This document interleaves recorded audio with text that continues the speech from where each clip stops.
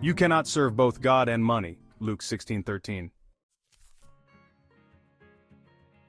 Do unto others whatever you would have them do to you, Matthew 7:12. This golden rule, a cornerstone of Christian ethics, challenges us to reflect on our societal structures. In 2025, amidst escalating economic disparities, environmental crises, and social unrest, we must ask, are we truly living by this commandment? The Church's evolving stance on socialism and liberation theology. Pope Francis, the first Latin American pontiff, brought a unique perspective to the Vatican, influenced by the theology of the people. A variant of liberation theology, emphasizing the lived experiences of the poor.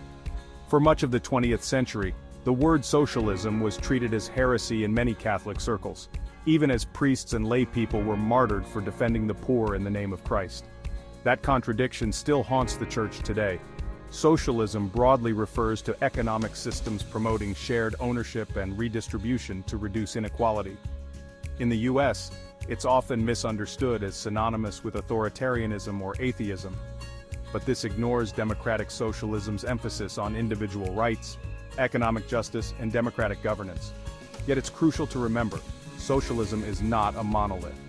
Democratic socialism, for example, merges political democracy with social ownership, promoting social welfare and economic justice while protecting individual liberties. In this sense, it shares surprising alignment with Catholic social teaching, especially in its emphasis on the dignity of work, care for the poor, and the common good. While Francis did not fully align with traditional liberation theology, he acknowledged its value in focusing on the marginalized. His actions, such as meeting with Gustavo Gutiérrez, the father of liberation theology, and lifting sanctions on figures like Miguel de Scoto, signaled a reconciliation with this movement. Liberation theology emerged in the late 1960s and 70s in Latin America, in response to widespread poverty, inequality, and repression under US-backed military regimes. It called on the Church to stand not above the poor, but alongside them, interpreting Scripture through their lived realities.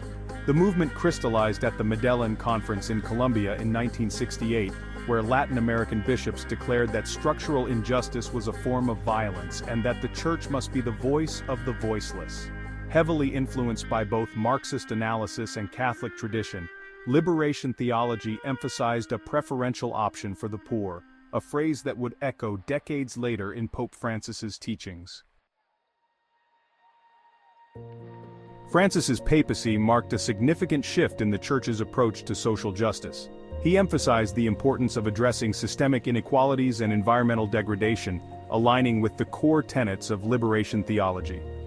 His encyclical Laudato Si called for a preferential option for the poor, and highlighted the interconnectedness of social and environmental issues. Catholic social teaching has long emphasized the dignity of the human person, the importance of community, and the preferential option for the poor. These principles resonate with aspects of democratic socialism, which advocates for social ownership and democratic control of the means of production, aiming to reduce inequality and promote social welfare. While the Church rejects atheistic and totalitarian socialism, it finds common ground with democratic socialism's emphasis on social justice and the common good. Pope Leo XIII's Rerum Novarum and Pope Pius XI's Quadragesimo Anno laid the groundwork for the Church's critique of both unbridled capitalism and socialism, advocating for a third way that upholds human dignity and the common good. Pope Benedict XVI acknowledged that in many respects, democratic socialism was and is close to Catholic social doctrine. Real-world applications. Democratic socialism in practice. Countries like Sweden, Norway, and Denmark exemplify democratic socialism, combining free market capitalism with extensive social welfare programs. These nations prioritize healthcare, education, and workers' rights, aligning with Catholic social teaching's emphasis on human dignity and solidarity. Such models challenge the notion that capitalism is the sole viable economic system, offering alternatives that prioritize the well-being of all citizens. In contrast, the United States faces increasing economic inequality, with wealth concentrated among a small elite, while many struggle to access basic necessities. This disparity contradicts the biblical call to care for the poor and vulnerable, as seen in Proverbs 22, verses 22 to 23. Do not take advantage of the poor because they are poor, and do not crush the oppressed at the gate. The Church's role in addressing modern challenges.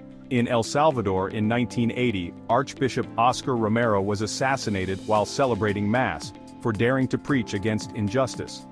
40 years later, his canonization was a symbol. The poor are no longer invisible in the Church's eyes.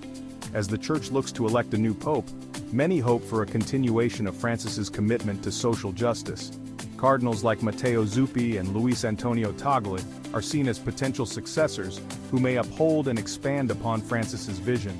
The next pontiff's stance on issues like economic inequality, environmental stewardship, and inclusion will shape the Church's role in addressing global challenges. The Church's engagement with social and economic issues is not new.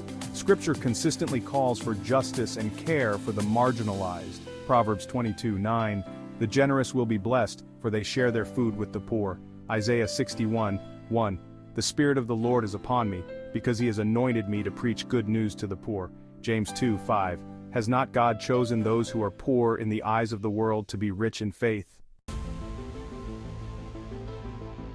Throughout its history, the Church has not been a monolith, but a dialogue, a struggle, a pilgrimage toward justice led by saints, workers, prophets, and popes alike. Dorothy Day, co-founder of the Catholic worker movement, once wrote, "We must talk about poverty because people insulated by their own comfort lose sight of it." To her, radical love for the poor was not a political act, it was obedience to the gospel. Pope John Paul II, writing in Centesimus Annus, warned against the dangers of both state tyranny and unregulated markets. He affirmed, "The needs of the poor must take priority over the desires of the rich, the rights of workers over the maximization of profits." He stood on picket lines with Polish laborers and prayed in the shadows of dictatorships. For him, solidarity was not a slogan, it was sacred.